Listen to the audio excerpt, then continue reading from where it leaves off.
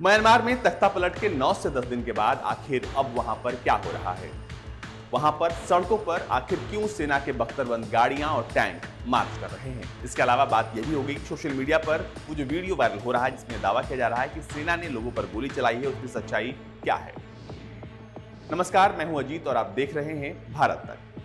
दरअसल म्यांमार में तख्ता पलट के बाद भारी जन विद्रोह म्यांमार की सड़कों पर देखा जा रहा है। लोग सड़कों पर हैं और इस वक्त जो स्थिति है वो भयावह है।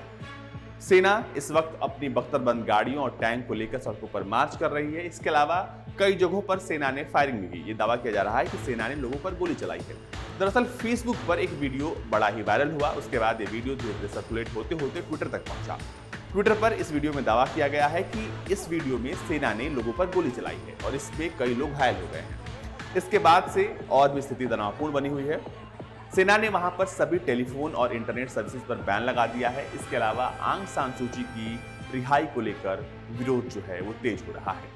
लेकिन इन सब के बीच लोग जो हैं अब एक मूवमेंट चला रहे हैं जिसका नाम है सिविल डिसओबीडियंस मूवमेंट। वहां पर सड़कों पर लोग सीडीएम यानी सिविल डिसओबीडियंस के मूवमेंट के बैनर लेके प्रोटेस्ट कर रहे हैं। इसके अलावा लोग चाइना के खिलाफ भी प्रोटेस्ट कर रहे हैं। चाइना के जितने भी दूतावास हैं पूरी दुनिया में उनके खिलाफ प्रदर्शन हो रहा है और ये कहा जा रहा है कि इस पूरे तख्ता पलट में चीन का हाथ है। चीन का हाथ इस तख्ता पलट में कैसे, ये बताएंगे हम आपको। लेकिन इससे पहले आपको बता दें कि जो तस्वीरें इस वक्त म्यांमार से आ रही हैं वो आपको डरा देंगी।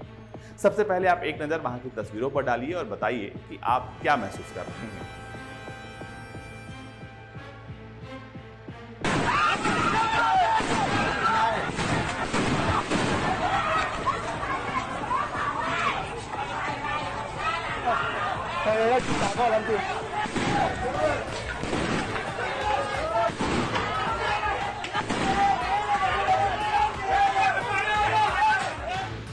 ये तस्वीरें अपने आप में सबको डराने वाली। सड़कों पर जब सेना की गाड़ियां होंगी, सेना के जब टैंक होंगे, लोगों में डर का माहौल लाजमी है। ऐसे में सवाल ये उठता है कि आखिर म्यांमार में हो क्या रहा है।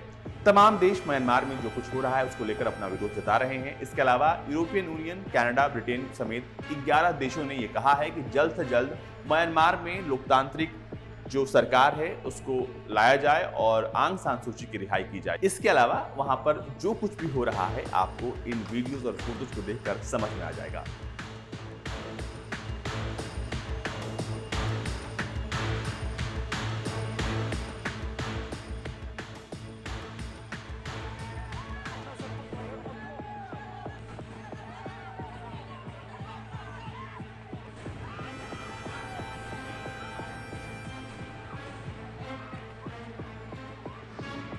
जनरल मीन के बारे में ये दावा किया जाता है कि वो एक ऐसे शख्स हैं जो बोलते कम हैं और काम ज्यादा करते हैं, यानी पर्दे के पीछे रहकर वो अपनी भूमिका निभाते हैं। लेकिन जब से उन्होंने तख्ता पलट किया है और वो सब कुछ वहाँ के म्यांमार के बन गए हैं, तब से ये कहा जा रहा है कि अब उनकी नजदीकियां जो है चीन से बढ़ने लगी हैं।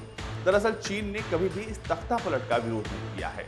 चीन ने हमेशा इस तख्ता पलट का समर्थन किया है और इस बात से पल्ला झाड़ दिया कि वो तख्ता पलट का विरोध करता है। तब से जो म्यांमार के लोग हैं वो इस बात को समझ रहे हैं कि चीन आखिर चाहता क्या है। चीन म्यांमार को अपने पलड़े में करके तमाम बड़े देशों पर अपनी जासूसी करना चाहता है। इसके अलावा उसकी जो साजिश है वो एक बड़ी साजिश है। बड़ी साजिश ऐसे है कि वो सीधा म्यांमार के रास्ते, वो भारत हो या फिर जो तमाम देश हों, उनको टारगेट करना चाहता है वो और अपनी वो पहुंच जो है वो आसान बनाना चाहता है।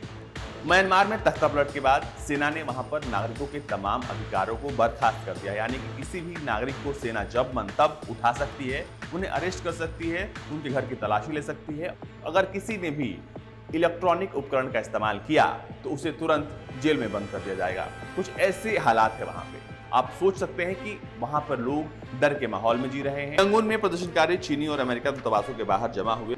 उनका आरोप है कि चीनी सैन्य सरकार की मदद कर रहा है, जबकि सेना के खिलाफ कार्रवाई के लिए अमेरिका की सराहना की है। म्यांमार में सुबह दोपहर तक संचार सेवाएं ठप हो गई हैं। राजधानी में फोन और इंटरनेट सेवाएं पूरी तरीके से बंद हैं। देश में कई स्थानों पर इंटरनेट सेवाएं थोड़ी मोड़ी हैं, लेकिन तमाम जो इंटरनेट सेवाएं हैं पूरे देश में वो बंद ही हैं। देश के सबसे बड़े शहर यंगून में कटीले तार लगाकर सड़कों को जाम कर दिया गया है। सिटी हिल जैसे सरकारी भवनों के बाहर सेना तैनात है। काफी संख्या में लोग एटीएम और खाद्यान्नी की दुकानों के बाहर खड़े हैं ताकि वो अपने घरेलू सामानों को खरीद पाए।